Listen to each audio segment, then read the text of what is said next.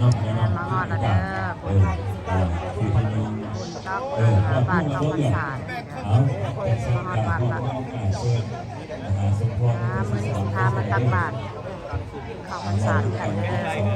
อวัดไร่ค่อยเด้อนอดแคไว้นะคนมาหลายเลยสบายดีโอ้คือคนงามป้าเจ้าคนงามตัวนี้งามเด้อมื้อนี้มื้อเข้าพรรษาพี่น้องจังหน่อยสิได้ตักบาตรน้ำกันเด้อตักบาตรน้ำกันเนาะแตงมะขาวทิพย์เด้อมื้อนี้แตงมะขาวทิพย์กันเด้อพี่น้องคนหลายเด้อมื้อนี้เด้ออาหารหลายคนหลายเป็นกะลังเทศเด้อนี่เด้อ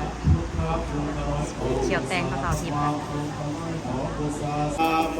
ตัสสะภะคะวะโตสัมมาสัมพุทธัสสะสุทินังวัตเมธานังทานังเมบาลิสุทังอาสาวาขยาวหังนิพพานาสังฆตังโหตุ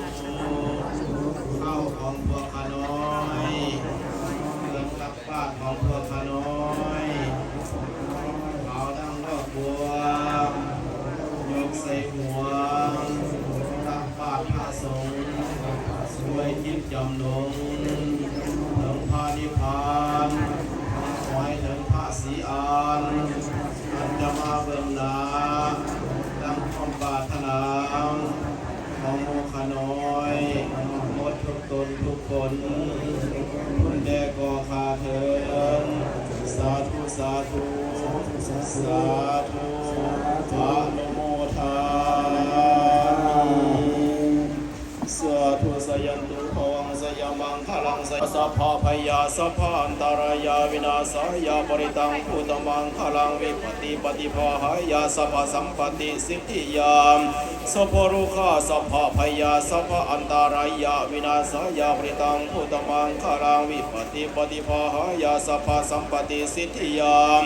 สัพพะรุขาสัพพะพยาสัพพะอันตรายาวินาศายาปริตังพุทธมังคลังวิปติปฏิปตังปฏิคันหานังอาบุชามาสักกัจจังว่า